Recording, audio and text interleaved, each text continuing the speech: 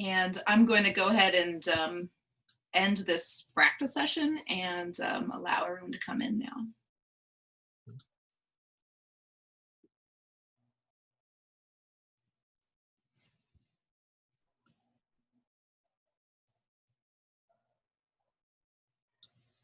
Good afternoon and welcome. My name is Bob Bussell. I'm the director of the Labor Education and Research Center at the University of Oregon. And welcome to the last of the summer speaker series, which LERC is pleased to offer in collaboration with the Oregon AFL-CIO. We'll let people come in and do a little bit in the way of introduction in a second. But again, welcome to the final segment of our summer speaker series.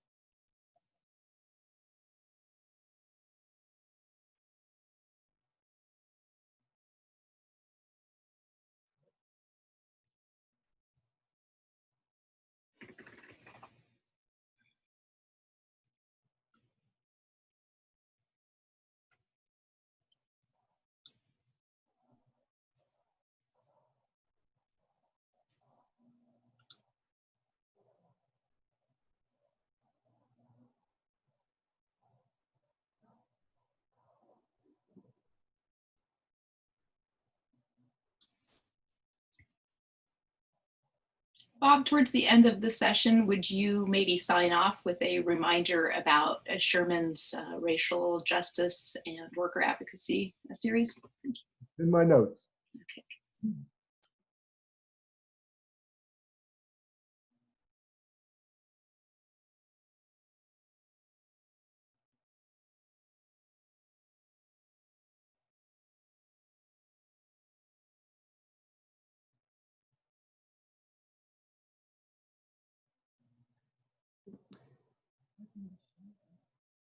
Good afternoon. My name is Bob Bussell. I'm the director of the Labor Education and Research Center at the University of Oregon, and I will be your moderator for tonight's last in our summer speaker series that LERC is offering in collaboration with the Oregon AFL-CIO. Today's topic will be a conversation about recent developments during the short sessions of the Oregon legislature that have been affecting workers and unions, and reflections on what to anticipate in the full legislative session in 2021. And we will also be looking back a little bit on the 2019 legislative session as well. This conversation occurs in a challenging and even unprecedented time.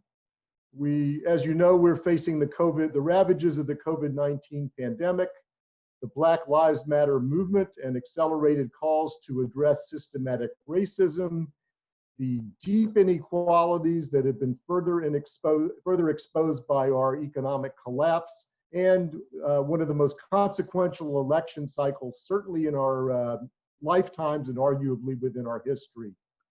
So we're really delighted and fortunate to have two people here with us tonight who have been on the front lines of fighting for workers in Salem and who embody the historic role of the union movement as a people's lobby to help us discuss the politics of these issues as they have unfolded in Salem at the state level. Jess Giannettino Villatoro is the political director of the Oregon AFL-CIO. Welcome, Jess. And Melissa Unger is executive director of SEIU Local 503. And I think between them, they have close to 25 years or maybe almost 3 decades of experience fighting on the front line, even though they're very young, for workers' rights and for unions. So the format for today's discussion is there's going to be about 30 minutes where I will pose questions to Jess and Melissa, and they will address them. And in the remainder of our time, we will have the opportunity for you to ask questions, to place them in the chat, and we can have a broader conversation as well about these important issues. I will be assisted, and I want to introduce Jennifer Smith, who's a member of LERC's support staff and an SEIU Local 503 steward. Jennifer will be monitoring the chat and posing questions subsequently in the discussion. So let's get started because we don't have a lot of time and we have a lot of things to cover. So I wanted to start off posing some questions about the state budget. So as many of you know, the Oregon legislature is constitutionally mandated, in contrast to the federal government, to balance the state's budget. How do we continue the work of creating a strong social safety net and elevating the needs of working people and folks who are unemployed when we are looking at shrinking budgets right in front of us? So Melissa, you want to start off on that? Yeah, I'll take that. Thank you. And thanks for inviting me, and thanks everyone who's joined. Love the opportunity to talk about the budget and working folks in the services. So just a little bit for folks who don't know, SEIU Local 503 represents, I like to think of us as publicly funded workers. That's public workers who work for the state, university workers, home care and personal support workers. And so the budget is a direct relation to the services that our members provide every day to make sure that Oregon can work. And so this budget hole that we're facing is pretty unprecedented. And it would be significantly worse already if the federal government hadn't done some of the pandemic unemployment assistance that they did in the PPP. But even in spite of that, the upcoming budget the hole is as big as $4.4 billion. Now, Oregon does have some reserves that can help us, but it will not help us fill that big of a gap. And so in a situation like this, in order to make sure that the recession that caused by the pandemic and inadequate response to the pandemic doesn't extend longer, we need the federal government to step in and really lift up services and lift up public services.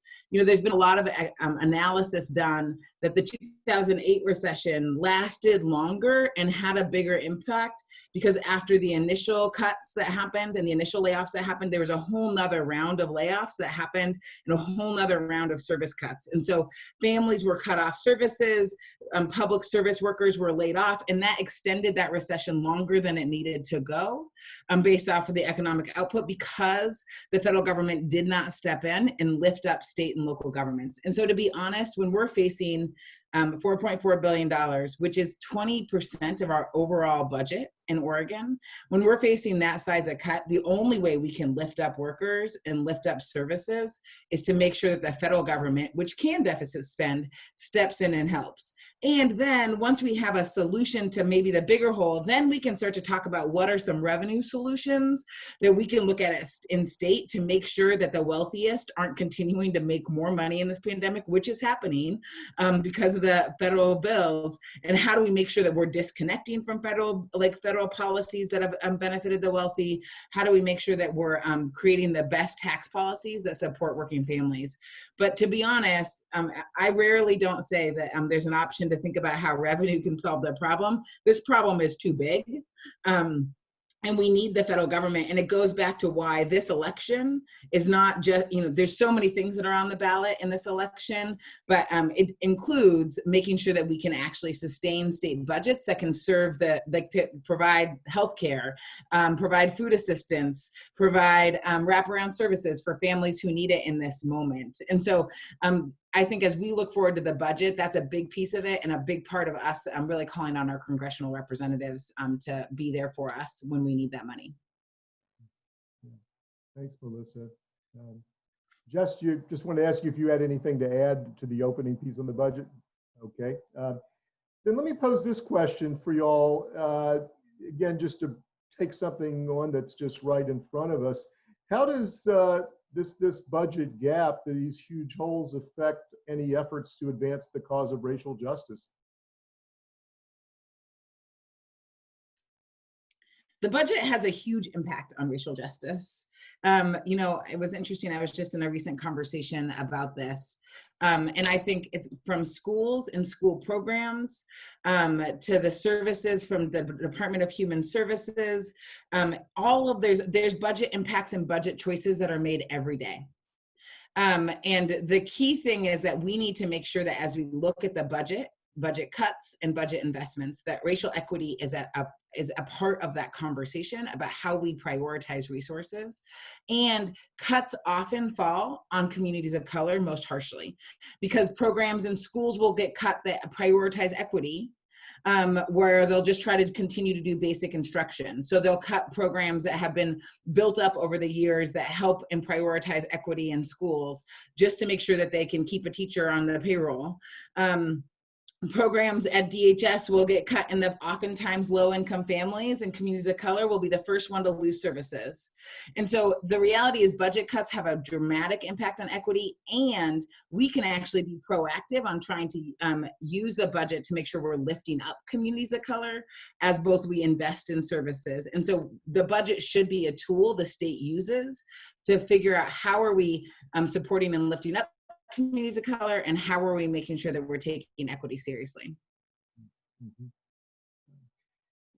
And I wanted to turn just for a second to revenue, although I know it's, as you say, Melissa, really a fraught topic, but I did want to just pose another revenue-related question. In the most recent special session, the Oregon legislature claimed that they were attempting to balance the budget by dipping into funds for education and public employee retirement.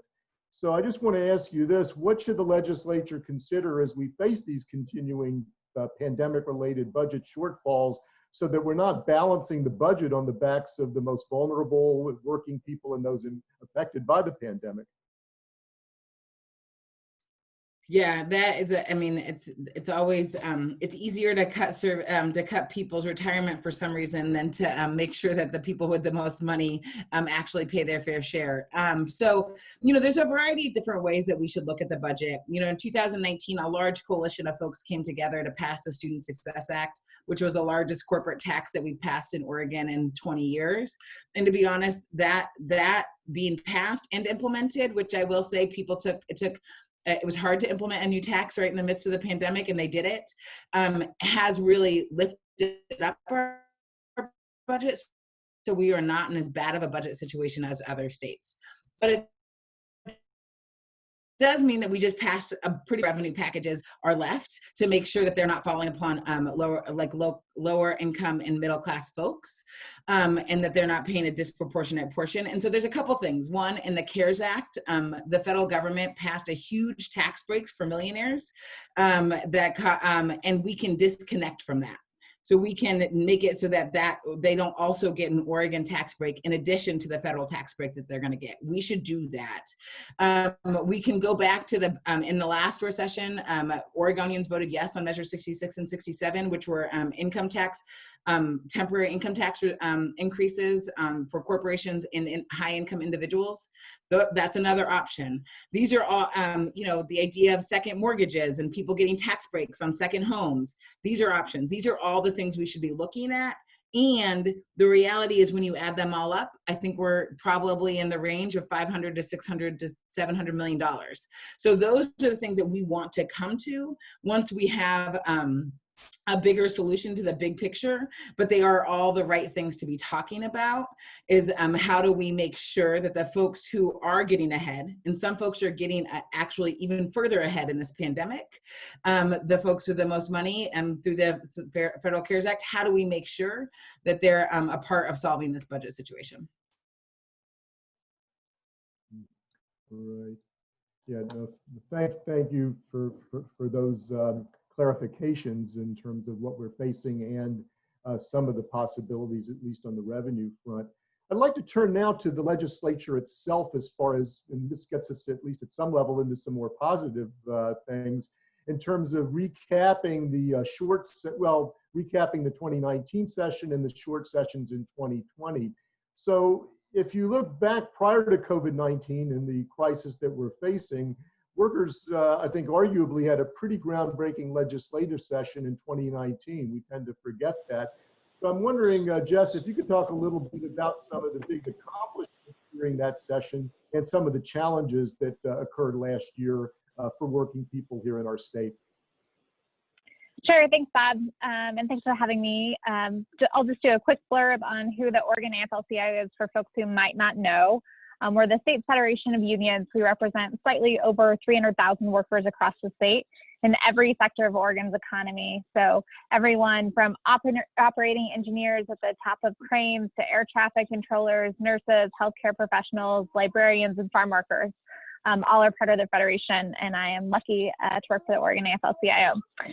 In terms of big gains coming out of the 2019 legislative session, Melissa already mentioned the Student Success Act. So the biggest corporate revenue package was passed in 20 years, as she mentioned, to make sure that we can get closer to fully funding K-12 education. In addition, Oregon passed the most progressive paid family and medical leave law in the country. It has some really important components that we know will make the program accessible to workers, including tiered wage replacements. So the lower wage you make, if you are a minimum wage worker, you will get 100% income replacement, which is critical to making sure that workers can actually access the benefit.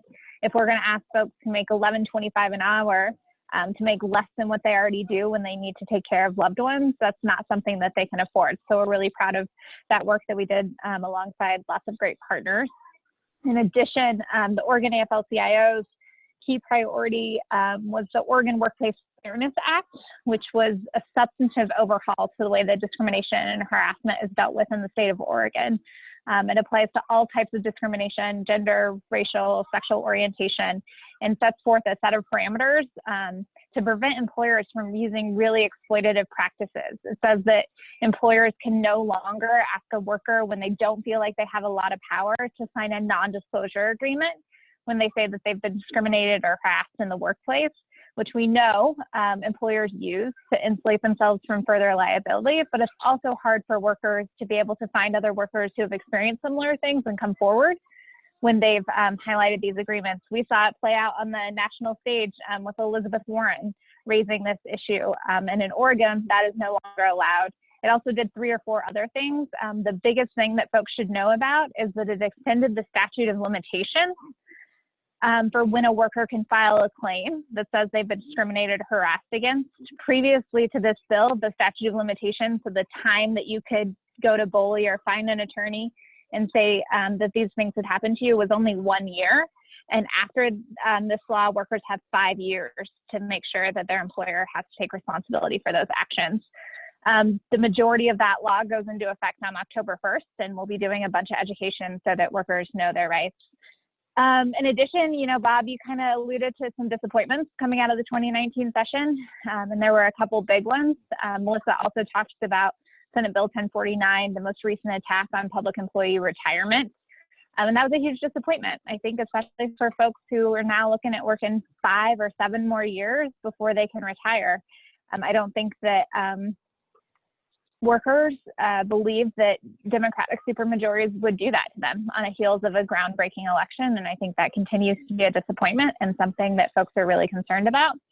In addition, the Oregon State Senate failed to pass a prevailing wage law. So for folks who aren't in the building trades or who aren't familiar with the prevailing wage, it's a set of area wage standards and benefit requirements that employers have to pay to construction workers when they get public money to build something. So this law would have set those requirements to make sure that workers have health care or financially equivalent compensation and retirement, or if you have financially equivalent compensation and a livable wage for whatever region of the state they are in, to, you know, these I'm in Central Oregon right now, to these huge Facebook data center sites and Google, who are getting like $3 million, $5 million, $15 million in taxpayer money and abatements. And right now there are no wage standards or benefit standards on that job, and the state Senate failed to pass that. And I think, you know, as we look at policies going into 2021 and beyond, these policies are going to be really critical because state infrastructure investment is going to continue to dwindle if we think about a recession. And the Facebooks and the Googles of the world are raking in money in the middle of an economic and public health collapse. So the idea that we would not put requirements on them is baffling, because Oregon workers are going to need living wage jobs with benefits moving forward. Yeah, thanks for that recap of 2019, Jess, both the some really notable successes and some disappointments. I wanted to turn our attention now to the special, I was going to say session, but I guess there's been a few of them and maybe even more to come. And also to think about the COVID-19 pandemic, because at least politics is one place where we're trying to address some of the issues that have affected workers during COVID. So I wanted to pose a couple of questions around those issues. Most recent session, the legislature failed to make a change in the unemployment benefit qualifications that would have allowed furloughed education workers to apply for benefits. So could you talk a little bit about what this means for education workers and for our schools more broadly? Yeah. Yeah. Jess, can I just say this really quick too? Because I mean, I think that you know more of the details of session, but I have noticed on the attendee list that we have quite a few SEIU higher education members on this list who are joining us today. And I just want to say that, you know, higher education in our union has been uniquely impacted by this pandemic because students are not coming back to schools. And that has meant that workers have either taken leaves of absences or they have actually they've been put on work share or have reduced hours.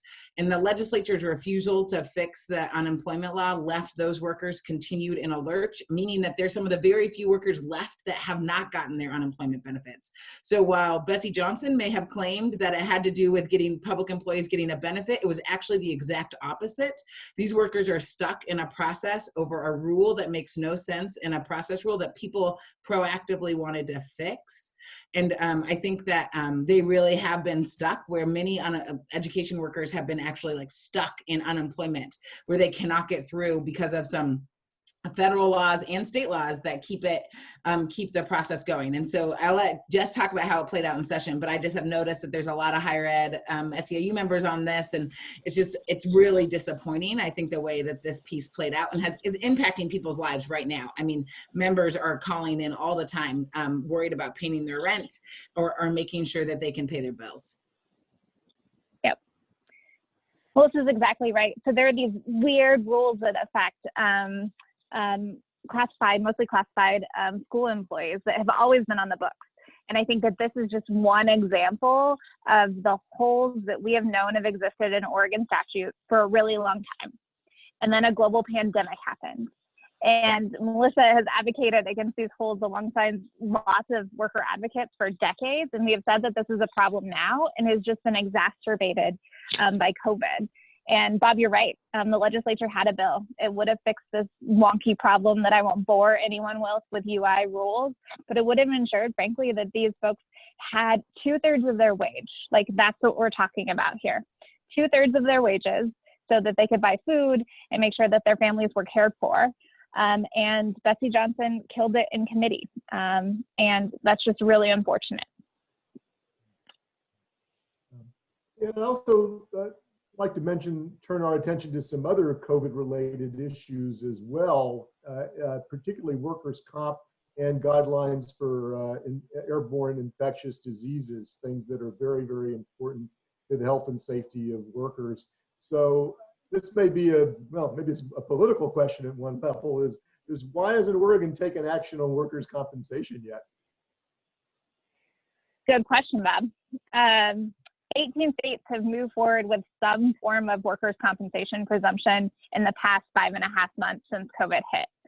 Some of those states wouldn't have even covered workers' compensation for COVID, but instead of just making the policy decision to cover it, they went ahead and passed a presumption for it. So what this means is that when a worker contracts COVID, it is presumed that they contracted it at work, so that they don't have to fight their employer and their insurer to prove where they contracted it, because that is just too high of a bar to expect workers to do, let alone when they are so sick with COVID. And one of the unfortunate things that we're really seeing play out is particularly self-insured employers, so like the Providences of the world, who, by the way, got $800 million in CARES funding and have $12 billion in the bank, are denying workers' comp claims at insane rates. The most recent data that we got from the agency that oversees insurers was that Providence had denied 27 out of 30 worker claims. Their denial rate is astronomical. We have one worker who has testified for us, Megan, who was a nurse in Hood River, who went through an incredible, difficult time. She felt like she was sick. She called into employee health at Providence, and nobody called her back. And they told her, they waited. They called her back, and they told her, all right, come in. You don't have enough symptoms to not come in. So she came in, and then she started feeling sick and got a fever. She called employee health. They never called her back, so she went home. Then she and 11 coworkers tested positive on the same floor, and each one of them have had their COVID claims denied. So there's clearly a problem in the insurance system that can only be fixed by the legislature passing a law that says that workers who are exposed at work and contract COVID are presumed to have gotten it from work. And I think it's important to note on workers' comp specifically. I mean, this is a policy. I mean, low-income workers, I mean, our nursing home workers are going into such unsafe and like very scary work situations every day. And Providence workers are the same. You know, some people who work in hospitals are potentially nurses or doctors, but many of them are housekeepers. Many of them are CNAs, and they are not making barely a living wage. And to be so scared of not only getting sick, but then having no safety net and knowing your employer might fight you on that, it's just like, it's such an experience, and it's making the pandemic already scarier than it naturally is, because they don't feel like they have the protections that they need to protect their job. And by not making sure people are protected, that means that they're going to go to work sick because they're scared they can't feed their family. And then that spreads the disease. And so the reality is, by being like proactive in these policies, we're actually also like benefiting public health, because people will have the security they need to stay home. And when you look at the states that have, or the countries that have succeeded in this, people have the security to know that they're gonna get a paycheck no matter what they do if they call in sick. And that, like, I think workers' comp and sick leave are really connected to this idea that people don't feel they're scared. They have to go to work because they have to feed their family, and it's just a cycle. And the fact that employers are fighting this, especially hospitals, is really disappointing, because they're putting their patients and their other staff at risk.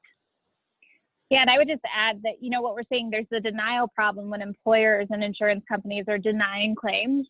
But what we also know is playing out, especially in like low wage worker situations, like food processing workers, is that a worker will go to their boss and will say, hey, I'm not feeling good. I need an 801 form to fill out for comp. I think I got sick here.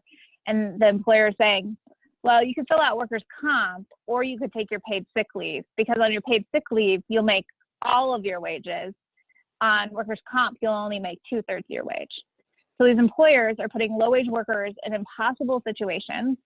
But with paid sick leave, you obviously don't have lifetime medical if you develop some of these really scary internal organ symptoms that we're hearing about. You don't have job protection. You don't have any protection to maintain your health care. So like Melissa said, folks are having to make the impossible choice of maintaining their health care while they might have the coronavirus and being forced to choose to go to work. And when we look at the OHA workplace outbreak data, and we compare it to the number of workers' comp claims, food processing and ag have the highest workplace outbreaks that have been tracked. And in total, they have filed 11 claims. That's not because all of these workers just don't know that they can. It's because these employers are telling workers that they can't file a claim. That's some pretty darn nasty stuff. I also just wanted to turn to a couple of related questions while we're on the subject of COVID and safety and health. So I know there's been, and just like Debbie, I'll talk a little bit about this, an effort to get an infectious disease standard through Oregon OSHA. Virginia was, I believe, the first state in the country to pass such a standard. And we've been involved, the Oregon Union movement, with that process with Oregon OSHA. Can you talk about where that process is at in terms of trying to get that form of protection, which is so important? Yeah, sure, Bob. Those in the union movement can appreciate that Melissa and her team gets direct calls from members on the daily. I am pretty far removed from your average union member, but in the first few days of COVID and throughout, I get calls from workers daily, which has never happened to me in my decade in the labor movement. And on the second or third day of COVID, I got a call from a construction worker who was having to move bricks that were 12 inches apart, so like 12 inches long. And they were so heavy that you would need 2 workers to carry them. And he was being coughed on by another worker, and he went to his boss and he said, hey, I don't think that this is safe. Like, can we do anything about it? And his employer said, there are no rules. Like, you can either go home for the day and I'm not going to call you back to a job, or you can tough it out. and potentially expose yourself to COVID. So 2 or 3 days into COVID hitting Oregon, we called the head of Oregon OSHA and we said, hey, can you start a rulemaking for an infectious disease standard? And this was right after the National AFL had sued federal OSHA to institute one, which was the only reason I knew to ask for one, because I'm not a safety and health expert. And they said, no, by the time we get done with rulemaking, there'll be a vaccine. So for 3 months, up until the second special legislative session, we had been trying to ask for an infectious disease standard. We ultimately got a bill drafted in the second special session, and through legislative leadership, we're able to leverage the governor and the agency to start this rulemaking. So Oregon, if it stays on track, will become the second state to institute an infectious disease standard, while federal OSHA is completely inept. OSHA across the country, both at the federal level and state level, has fewer investigators than it has ever had. You all remember that Trump totally gutted the pandemic team at the EPA, and there would have been a rule in place today for healthcare workers that would have protected them against COVID if Trump had not had stopped that process from moving forward and carrying forward through the Obama administration. So Oregon operates what is one of 22 state plans, which means that our rules can exceed federal guidance. And if we maintain on track with creating a strong rule, we will be the only state in the nation that has a permanent rule that addresses infectious diseases that are transmitted through aerosol or just like in the air. But I will tell you all that the draft emergency standard that came out last week is incredibly weak and it will not protect anyone. So we have an action on the Oregon AFL-CIO website to submit letters to the administrator of Oregon OSHA and encourage them strongly to make the rule enforceable and make it actually protective, because the way that it's drafted right now, it won't protect workers and leaves employers off the hook for way too many things. And that comment period ends on September 7th. So if you could share that action before then, that would be great. Yeah, I don't know if anyone has that link to, I don't have that in front of me, the link to OSHA, but if somebody does, that would be great. And again, just a stark reminder, Jess, of how hard we fight for enforcement and just the level of pressure that we need to exert in order to make that happen. I just wanted to ask a couple more COVID-related questions, and I think maybe we can move into some questions from the audience. But you had referenced people that work in ag and food processing who we know are on the front lines. We know that these are the where the worker outbreaks are among the worst as far as the OHA website. And I just wanted to talk about farm workers. You know, farm workers, you know, put the food on our tables literally. They're often left out of these policies. So I was wondering if you could talk particularly for a few minutes about the challenges farm workers are facing and why they've been left out of so many of the rules related to COVID-19. Yeah, so I think to your question about why they've been left out of so many of the rules to COVID-19, I think the question probably goes a little back farther. Why have they been excluded from the NLRA, right? And I think that we would all agree that those policy choices are due to institutional racism, right? Like there's no other reason why farm workers and domestic workers are excluded across the country and in many states from all kinds of protections. They are categorically, or undocumented workers are categorically excluded from accessing unemployment insurance. Let's just be clear, the federal government created a program to provide unemployment insurance to independent contractors before they decided to create a program to ensure that undocumented workers could access unemployment insurance, right? Like these are policy decisions that people are making because of the way that they value that work, and the way that they value that work and those people are largely rooted in racism. And I think, you know, Melissa can attest to this. Over the past 10 years, the legislature has made attempts to carve ag workers out of minimum wage increases. They've made attempts to carve ag workers out of paid sick days. And most recently, out of paid family leave. The Farm Bureau was one of the most vocal opponents to paid family and medical leave. And they make all kinds of arguments that seem impossible and wonky.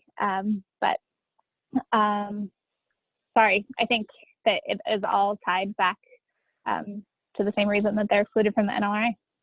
And, you know, one thing I couldn't agree with Jess more, and it's actually one of the things where I feel like in other states, like Oregon labor has been united consistently about how we would let a bill die before they take farm workers out of some of these policies that Jess just went through. And I think it's been a testament to the working relationship that we have across the board, but it's been a really key core principle of all of these tables in Oregon. And I think it's been something to be proud of, but I think the reality is it's always the fight.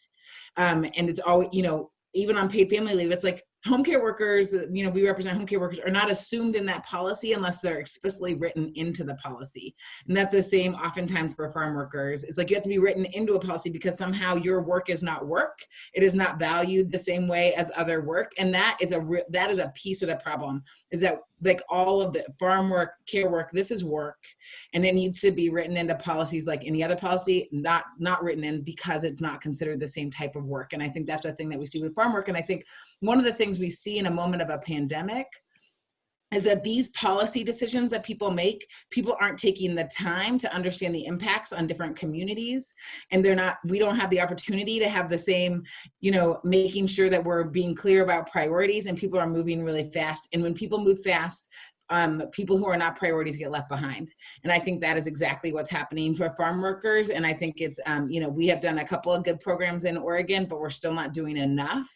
And so, you know, while we've been able to make sure that there's unemployment assistance, and that CAUSA and the PCUN have led to make sure that there's programs, it's taken longer than it should. It's been a lower priority than it should. And it's really, I think, about, it's not about this pandemic. One of the things I say about this pandemic is it's not creating inequities, it's highlighting inequities that already existed in our work and for workers. And this is another example of an inequity that exists every day for farm workers that is being highlighted again and again and again through this pandemic.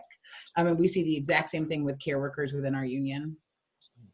Yeah, I just would echo what you're saying, Melissa. Like in the pandemic, the sheetrock is down, the wires are exposed. Most of us knew the wires were there anyway. I think it's there for all to see. And I just also, on a personal note, would say I got my start in this movement over 45 years ago working with the United Farm Workers. And I think it's just something that we always have to turn back to, as hard as it is, to just fight in every way we possibly can on behalf of farm workers because of the history of racism and the vital work they do. Well, I'd like to turn to some of the questions that we have from the audience, and then perhaps we can wrap up talking a little bit about looking at the next session. I know there's some questions there. So Jennifer, I'm going to invite you to invite some people to post some questions to Jess and Melissa. Yeah, we have a question from Eric Feely from Ask Me 3336, and I'm going to paraphrase, but I'll allow him to clarify if I don't get it quite right. But I think he is asking about how we can be maybe more proactive about countering, you know, as Naomi Klein calls it, the shock doctrine or crisis capitalism, that they seem to just jump in very successfully, as we've seen by corporations raking in billions of dollars of excess revenue during this crisis for ordinary working folks. Let me know, Eric, if that seems correct to you, or if you have anything to add there. But direct that to Jess and Melissa. Do you have any ideas? I mean, I think the question, as I understand it, the counter to that is figuring out ways to elevate the real workers that we all represent and that you all work with, right? There's nothing more compelling than the stories about how this economic crisis and public health emergency has impacted people. And to Bob's point about highlighting the policy holes that we all have known about for a really long time and the way that they're impacting real life people is the only way to compellingly move policymakers and decision makers into making the right choices. Because the reality is, you know, we're outnumbered 10 to 1 when we're losing. We're outnumbered 50 to 1 when we're winning.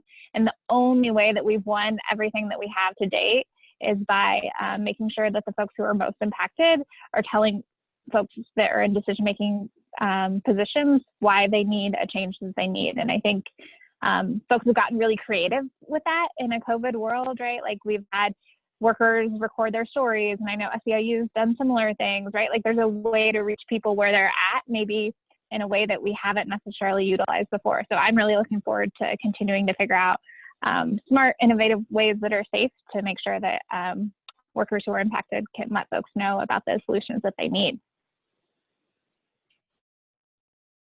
And I just piggyback on that, another question from Ted from the Graduate Employees Union at PSU.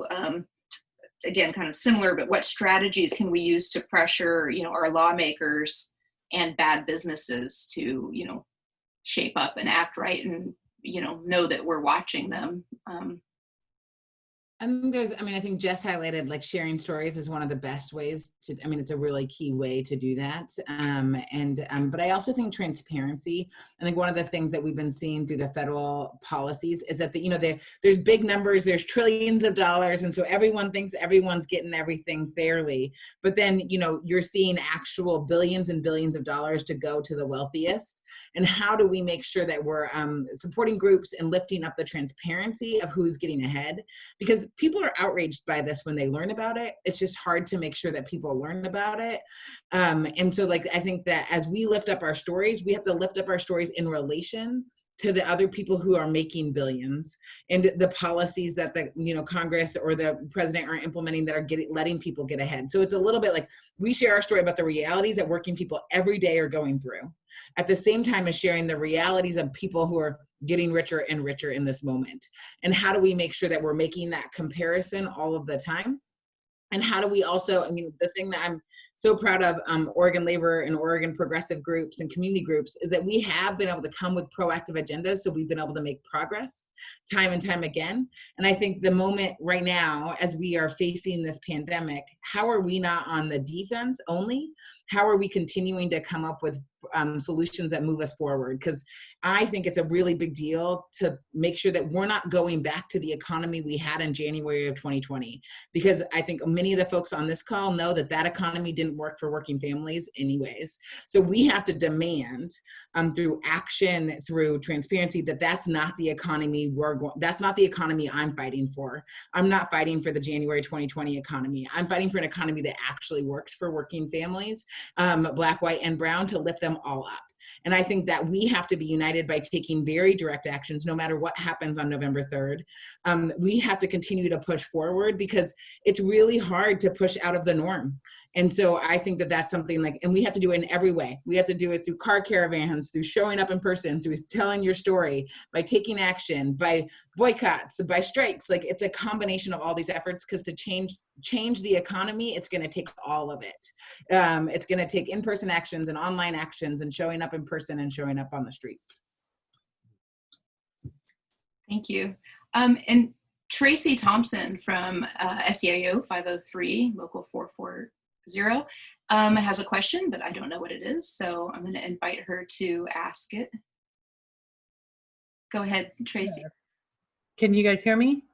Yes. So, like she said, I'm a proud member of SEIU and a state worker. In fact, I work for Department of Consumer and Business Services with Workers' Comp and OSHA. And one of the things that I cannot understand, and I'm wondering what we can do about it. I'm an OS2, bottom of the barrel sort of thing. And I'm able to see the big picture, but nobody else seems to be able to see it. So our agency, through the Ways and Means, is seen as 9.9% essential. So no budget cuts. But DAS has come down and said, well, there's this U2 rule that you need to take a 10% budget cut. So now we're not laying off any employees, but we're not hiring employees. So number one, we're not employing people that could be paying income tax and helping the general fund. But then on top of that, my agency donates, well, not donates, but is forced to give millions of dollars every year into the general fund. And we're having to tighten our belts and try and juggle all of these these duties to try and keep the everyday work going, to keep that money going into the general fund because of this this me or this you too take a cut. What can we do about this? Because it does not make sense in any sort of way. So what can we do? There's my question. This is not an easy question to answer. It's a constant challenge that we've had when we deal with the state budget. For instance, during the 2011 budget cycle, when all state workers took significant furloughs and pay cuts, every worker had to do it, whether their agency, it was a general fund agency and got impacted by had the same impact, because that's the only way people have been able to figure out how to do it. And so there's not an easy answer to this. We actually are very interested in continuing to explore this question as we go through the next budget cycle, because the realities that we learned through the last budget crisis was that by taking furloughs for the Oregon State Hospital, they just paid more in mandatory overtime because you didn't have enough people working. And so then actually it cost more money because then they had to bring people in on overtime because somebody had to take a mandatory furlough on that Friday. And so somebody who worked Thursday had to work a 24-hour shift. So we know that this rule that the state kind of operates under does not work, and it's not in the best interest of services. But it's a constant struggle that we face. And I definitely think it's something that we're trying to figure out how we address. SEIU 503, public workers and home care workers are in bargaining this coming cycle. And so this is an issue that we think we have to continue to address, is how these policies get implemented across the board, no matter how the agency is funded itself. Thank you. I'm gratified to see a bunch of questions on this subject, because this morning I was looking at Twitter and I saw the UFW post a picture of farm workers picking strawberries in California, Central California, and the air was just horrific. And, it's kind of framed, I really hesitate to criticize UFW in any way, because I came of age during the groundbreaking strikes that they led. But I thought their framing around the workers out in the fields breathing this air as, kind of heroic. I found it a little bit objectionable, and I thought to myself, I don't really need strawberries this bad. Why don't they have, paid hazard days off? And where is OSHA during this? Were all the thoughts that came to me probably pretty naively. But I see a lot of questions about OSHA. For instance, does OSHA have enforcement teeth? We need to hold OSHA accountable. What are some specific ways that the OSHA draft rule could be strengthened? And there's I'm not sure if this is a sort of related question, but does anyone know how NORPAC is doing about making sure their processors are safe? Maybe I don't know what NORPAC is, but maybe that's related. Do you have any more thoughts? I know you've already addressed farm workers. But... Yeah, I think I'll start with answering the question about how the OSHA rule can be strengthened. I'm not being hyperbolic when I say it won't protect workers, and it is drafted in a way that if employers wanted to, they could say, I'm following the rule, and it would be largely unenforceable. To specific policy questions, one of the things that always comes up in policy negotiations is the idea of employer thresholds, or the size at which an employer is that any type of protection comes into play. And in the current draft rule, there's an exemption for employers that have 25 or less employees, and they don't have to have anyone on staff that is required to help enforce social distancing. That doesn't make sense. There is someone working in a small business, regardless of if they have 3 or 24 employees. And this idea that we're going back to employer size thresholds in the middle of a global pandemic to keep people from contracting COVID on the job is insane to me, because a huge root of all the policy problems that we're dealing with, and who doesn't have paid sick days and who only has job protection, and all of these things are rooted in employer thresholds. So the idea that we would think that we shouldn't keep some people safe because of the size of their employer is asinine to me. And then we're happy to, you know, share out some more analysis as we continue through this rulemaking process. To the question about OSHA enforcement, Oregon OSHA has the lowest fine structure of any state plan, and state OSHA plans have lower fine structures than federal OSHA and than states under the federal OSHA. So the idea that we're gonna, you know, climb this huge mountain and pass a strong rule and then have an agency that is reluctant to issue fines that actually deter bad actor behavior is something that is constantly on our mind. And I think it's one of the reasons why we're looking at a policy that's modeled after California's Private Attorney General's Act that would help us enforce agency protections. Because it's one thing to have a rule that's enforceable, and that is definitely goal one. So we needed to come out of Oregon OSHA with a strong rule.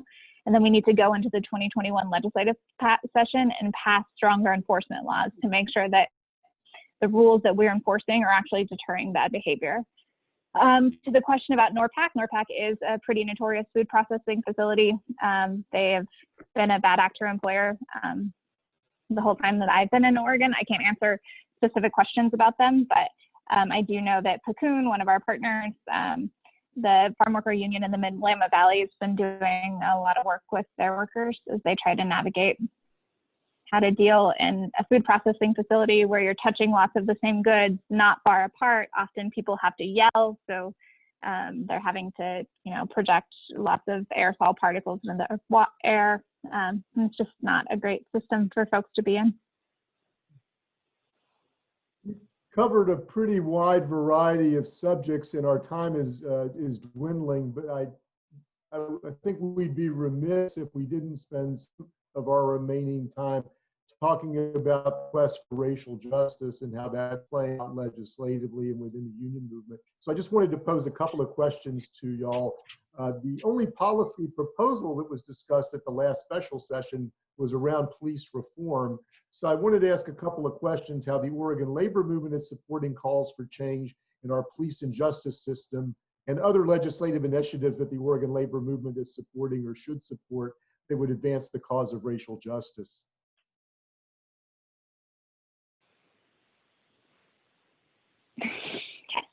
I'll go first. So, you know, I think fundamentally at the Oregon AFL-CIO, we believe, I think along with all of our partners, that no union contract should be a shield from accountability when anyone is engaged in terrible behavior. We supported the last round of bills that were supported by Reimagine, which is a coalition of Black-led and Black-serving organizations, and we'll continue to look to their leadership about the policy solutions that are needed to ensure that Oregon's BIPOC communities have what they need to not only weather this pandemic, but weather the issues that they have been grappling with for eternity that are rooted in systemic racism. I think one of the policy priorities that we've highlighted along with our partners has to deal with retaliation in the workplace, safety and health concerns. So our partners at the National Employment Law Project released a report a couple of months ago that highlights that Black workers are twice as likely to experience retaliation from their employers when they raise safety and health concerns, and they also fear retaliation twice as likely. So they're less likely to raise concerns. So I think one of the policy solutions that we're going to have to move as part of a COVID practice or COVID policy package is to ensure that those same trends aren't playing out in Oregon. And that Black workers have safe job sites and that they aren't experiencing retaliation at the rates that we know that they are. And I think, you know, I just highlight Melissa's point that she made earlier. No one's goal in the Oregon labor movement is to return to a pre-COVID economy, because we know that the pre-COVID economy was disproportionately leaving behind women and BIPOC communities. And that's not something that like our goal should be. And I think collectively, we're going to have to remind lawmakers and other decision makers that that's not the goal. It wasn't working. Even if we continued on a trajectory without a pandemic, workers were still going to be left in a situation that wasn't tenable for them. Yeah, I mean, I think that the policy that did pass is a good step, and there's just so much more to do. And I'm excited as a part of Oregon's labor movement to be united with Black-led civil rights organizations who are leading the call for change. And how can we lift up their voices and their leadership to continue to support it? our workers are demanding that we take action as a part of Black Lives Matter. We were able to pass a resolution. I think this is important work. And so I think this is, I'm really hopeful that we can be a leader on this in Oregon, both in the labor movement, but also the Oregon legislature taking action. And how can we do that? And that doesn't, I think the important thing is that doesn't mean it's gonna be easy. Right now, I feel like the Freedom Foundation, which is an anti-union group that's entire goal is to dismantle unions, is using race to divide us, just like so many other people in power try to use race to divide working people. We've seen it time and time again. We talked about how we did that, how that happened in the National Labor Relations Act, right? It's now almost 90 years ago. That's happening again. Our opponents are using this. And I think the reality is we have to continue to have a North Star. That Black Lives Matter, but that all working families, Black, white, brown, need to have better, they all need to be able to live a life where they can feel safe to walk down the street. They can feel safe to interact with a cop. They can feel like they're going to be able to afford their rent. They feel like they can put food on their family. And that we have to make sure that we're saying in that Black Lives Matter, and we have to fight for a system that does that, because right now the system doesn't work. And like I said, I'm really hopeful that here in Oregon we can help, that we can lead this. I think we also have to be honest that it's not going to be easy, and it's not going to, and that the labor movement has to look at our history and continue to look about how we move forward. And that's a challenge ahead of us. It's a challenge, and I'm hopeful that we're ready to take on that challenge. Yeah, thank you, Melissa. We've got about 4 minutes left. What I wanted to do is just, I know this is probably unfair at some level, but just very briefly, I know there's been a lot of tough terms used to describe what the next legislative session is going to look like. But I did just want to ask, in terms of any types of initiatives that are going to be pushed, if you could briefly talk about what some of those are, if we look ahead to 2021, any legislative initiatives that will advance the cause of working people. You can just briefly talk about those. We've got about 3 minutes to do that, but if you could just briefly highlight those for the audience, I think that would be great. I'll start, and then Melissa, feel free to jump in. I think some of that depends on what happens between now and January. If the legislature calls another special session, they've got to pass a workers' comp presumption. That problem is not getting better on its own. Oregon, if they did it now, would be the 19th state to do so. If they don't call a special session between now and then, we're going to need a workers' compensation presumption, and it's going to need to be drafted in a way that captures all the claims that have been made since the Stay Home, Stay Safe order. I think additionally, this policy that I talked about, increased retaliation protections to make sure that Black folks in particular aren't experiencing retaliation at a higher rate. In addition, enforcement for OSHA and other agency rules like wage and hour and civil rights are going to be really important. And the interesting thing about this PAGA model that I mentioned is that the penalties that are assessed on the employer, whoever the bad actor is, goes back to the enforcing agency. So it's actually a revenue generating measure for agencies, for those of you who work in agencies. And I think in addition, we've got to think about, the CARES Act is going to expire. The paid sick leave provisions, the family leave provisions under it are going to expire. And if we can't really hang our hat on congressional action, obviously, so we've got to figure out how to solve these policy holes that are just kind of on this moving target that we've dealt with for 6 months right now, between executive orders expiring, rules at agencies timing out, then federal laws, and then the gaps in Oregon state laws. So paid sick leave comes to mind, filling the gaps on job protection for family leave, and trying to figure out a way to fund family leave. This idea that working families can either work it out with their employer and figure out how to stay home, or they can lose their job in their healthcare. Is literally the position that we're putting families in, disproportionately women in. And so at a time when we were doing a lot of policy work to make sure that women of color weren't experiencing discrimination and harassment, that there was paid family leave, and that there was paid sick leave, this idea that we're literally putting a policy lack of solution in front of them and saying, figure it out with your employer, i.e. make enough money and don't have a shitty employer, sorry, and you'll be fine, or you're going to be raced off the economic map. is essentially what we are telling working families right now. So we've got a lot of big, bold, and really important policies to move forward in 21 and beyond. And I agree with everything Jess said. I do want to add two things. I think to accomplish some of the goals and this idea that we need to rebuild a different economy and a new economy, we're going to have to continue to expand our brain about how do we move federal action and state action. The state cannot do this on its own, does not have the resources. And so what is our opportunity to engage with our congressional delegation, especially if there's a change in leadership? How do we make sure as they become leaders, we are calling on them to stand strong for the values they hold right now. Right now, it's easy to stand strong for values because you're against Donald Trump. But when you are, when you have power again, what is the way that you do that? And I think that it's going to be key that we're combining both a legislative strategy and a federal strategy, because we can't do all the things Jess just talked about or rebuild an economy if it doesn't include both. I would also just really lift up that it's going to be hard for labor to not be on the defensive when there's a huge budget cuts and there's so many things coming at us, and how do we be proactive? And also when you think about the fight for criminal justice reform and police brutality, that has to be something that the legislature tackles in 2021. And then we also really wanted them to tackle, we've seen so many people die in long-term care facilities and workers feel left behind. How are we making sure that we have a care system, both child care and long-term care and senior care, that really lifts up both the people who are getting the care, the kids and the seniors, and the people with disabilities and the workers that do it. So just to add a bunch of other stuff that I think we need to be working on in addition to everything that Jess just said.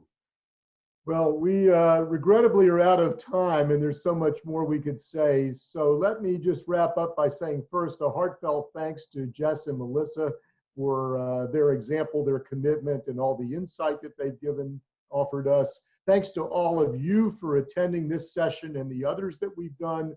I want to add that we have 4 upcoming webinars on racial justice, beginning on September 16th and continuing into October as part of our commitment and LERC's commitment, your commitment to that cause.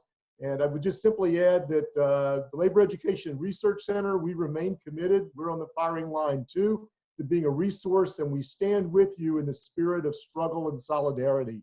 So thanks to everyone. Have a good evening, and we will be in touch with everyone soon. Thank you.